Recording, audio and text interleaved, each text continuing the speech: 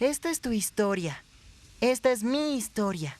Pero principalmente esta es la historia más grande que se ha contado. Esta es la historia de Dios.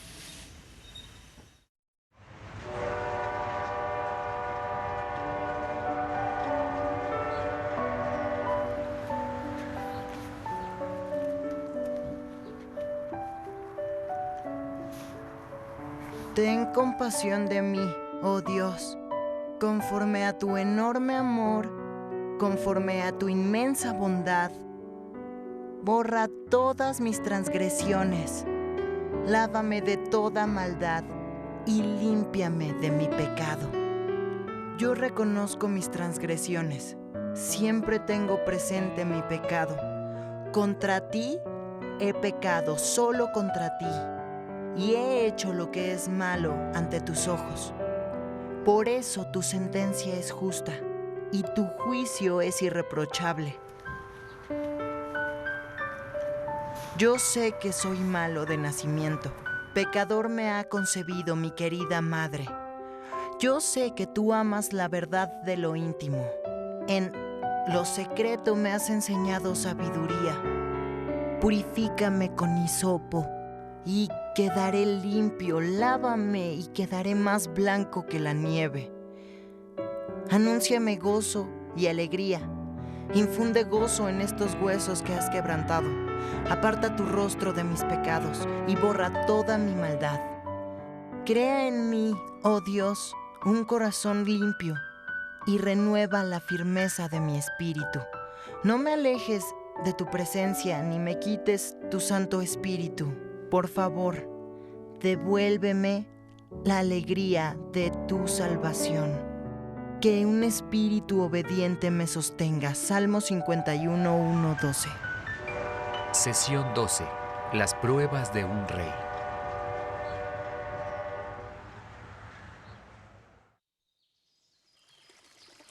Había una vez un niño que vivía en el campo.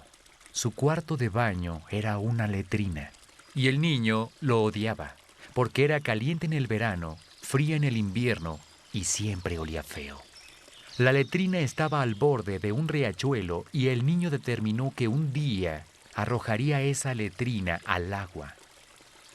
Un día, después de una lluvia de primavera, el riachuelo se inundó y el niño decidió que ese era el momento de empujar la letrina a la corriente. Así que consiguió una vara grande y empujó. Finalmente, la letrina cayó al riachuelo y se fue flotando. Esa noche su padre le dijo que irían al cobertizo de la leña después de cenar. El niño presentía una buena paliza y preguntó por qué. Su padre le contestó: alguien empujó la letrina al río el día de hoy. Fuiste tú, ¿verdad, hijo? El chico contestó que sí. Pero luego pensó un momento y señaló: papá, leí en la escuela hoy que George Washington derribó un árbol de cerezo y no se metió en problemas porque dijo la verdad. El padre contestó: bueno, hijo, el padre de George Washington no estaba en ese cerezo. Tal vez tú nunca has empujado una letrina a un riachuelo con tu padre adentro, pero podemos identificarnos con la historia al menos de 3 formas. Primero, hay algo dentro de nosotros que nos anima a hacer el mal. La Biblia lo llama la naturaleza pecaminosa. Segundo, nuestra falta de bondad afecta a otras personas, no solo a nosotros.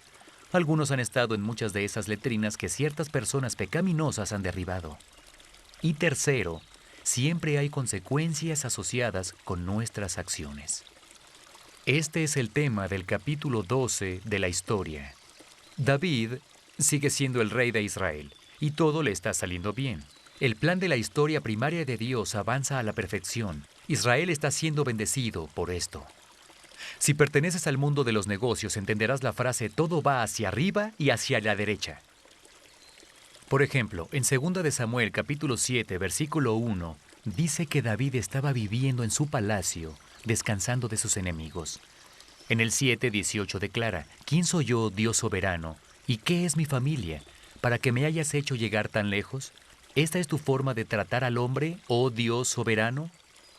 En el capítulo 8 está ganando batallas. En el capítulo 8, versículo 15, se nos dice: David reinó sobre todo Israel, gobernando al pueblo entero con justicia y rectitud. David era un buen rey. En el capítulo 9, David está recibiendo sus promesas con la historia conmovedora de Mefiboset. Y en el capítulo 10 se encuentra ganando aún más batallas.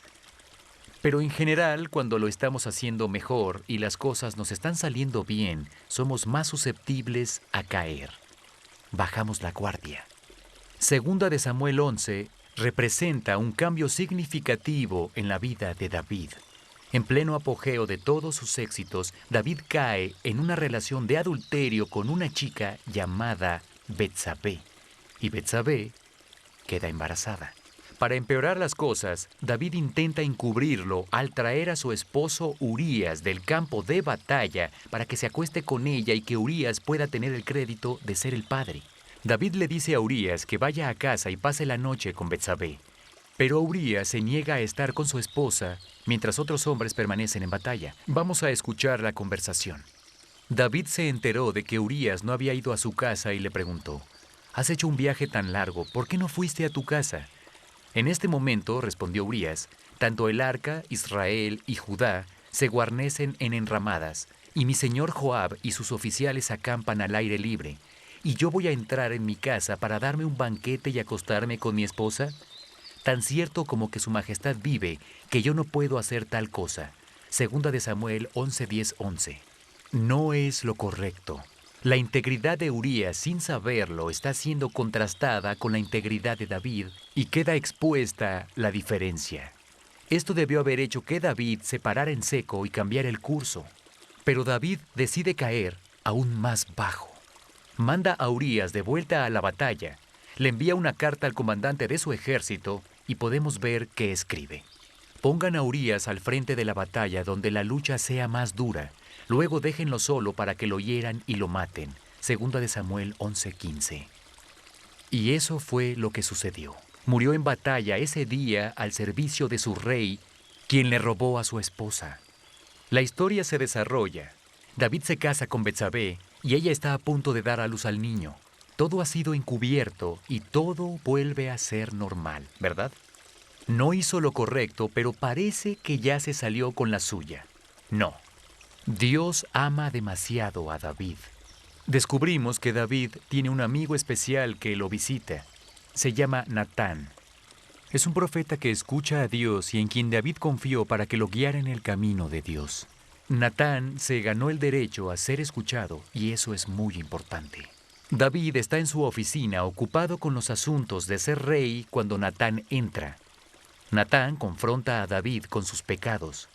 El escándalo de David está expuesto. Si nos adelantamos al resto del Antiguo Testamento e incluso al Nuevo Testamento, vas a encontrar que David sigue siendo reverenciado a diferencia de Saúl. En el centro del capítulo de la fe, en Hebreos 11, enlistan a David, pero no a Saúl. La pregunta obvia es, ¿por qué? No es porque los pecados de David fueran menores que los de Saúl. Saúl no esperó a que Samuel volviera y ofreció un sacrificio. Y no acabó por completo con los amalecitas, pero David cometió adulterio e incluso homicidio. Creo que esto es por su respuesta a Dios cuando son confrontados. Cuando Samuel confronta a Saúl, este racionaliza y da una excusa. Cuando Natán confronta a David, este responde: «He pecado». Segunda de Samuel 12:13. Ya escuchaste la oración de confesión que escribe en su diario. Se encuentra en el Salmo 51. Saúl racionaliza su pecado, pero David lo admite y entonces busca aclararlo con Dios. En eso está la diferencia. Pero hay más. David vivió con las consecuencias de su pecado con dignidad. Y Saúl nunca aceptó lo que hizo. Solo porque admitamos que hicimos algo incorrecto e incluso podamos corregirlo, no significa que las consecuencias desaparecerán. Después del adulterio y el homicidio de David, su vida personal y su reino se fueron abajo. Por ejemplo, en 2 de Samuel 12, el bebé muere. En el capítulo 13, su hija es violada. En el capítulo 15, su hijo se rebela y quiere quitarle el trono. En el capítulo 18, ese hijo muere. En el capítulo 20, hay otra rebelión importante contra él. A veces, cuando hacemos algo mal, ponemos en movimiento consecuencias imparables. David enfrentó esas consecuencias con dignidad. Hubo consecuencias graves por las acciones de David, pero como hizo lo correcto, sus relaciones fueron restauradas. Lo que es más importante, su relación con Dios. Al final de su vida, quiero que notes que aunque muchas cosas le salieron mal, en la segunda mitad de su jornada seguía muy enamorado de Dios. En el capítulo 12 hay una de las últimas oraciones de David en frente de todas las personas. Al final de la vida de David, continúa amando a Dios con todo su corazón, adora a Dios con todo su corazón y sigue haciendo que las personas se acerquen a Él. ¿Cuál es la diferencia entre Saúl y David? Ambos fueron pecadores como nosotros. La diferencia está en su respuesta. Nuestro papel en esta vida es hacer que las personas se acerquen a Dios por la forma en que vivimos nuestras vidas y las prioridades que tenemos, la forma en que tratamos a otras personas y lo que les decimos. Así alineamos nuestras vidas con la historia primaria de Dios. Esto también incluye cómo lidiamos con el pecado en nuestra vida. La respuesta de David reveló el carácter de Dios. Dios es santo y justo, pero Dios también es compasivo y amoroso. Restauró la relación de David con Él. Pero no solo eso, Dios bendijo a David y a Betsabé con más hijos. Como sabes, David tuvo más de una esposa. No entraremos en eso ahora. Sin embargo, ¿qué hijo sucederá a David en el trono? Adivinaste, fue un hijo que nació del vientre de Betsabé, un hijo llamado Salomón. Tal cosa significa que Betsabé está incluida en el linaje de Jesucristo. Vemos esto una y otra vez en la historia. Tamar, Rahab, Ruth y ahora Betsabé. Este patrón nos alerta acerca de la gracia de Dios y su deseo de incluir a los candidatos más inesperados para consumar su historia primaria.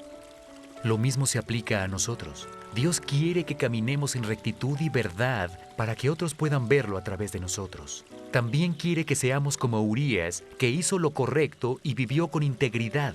Quiere que seamos como Natán y tengamos el valor de confrontar a un amigo que va por el mal camino.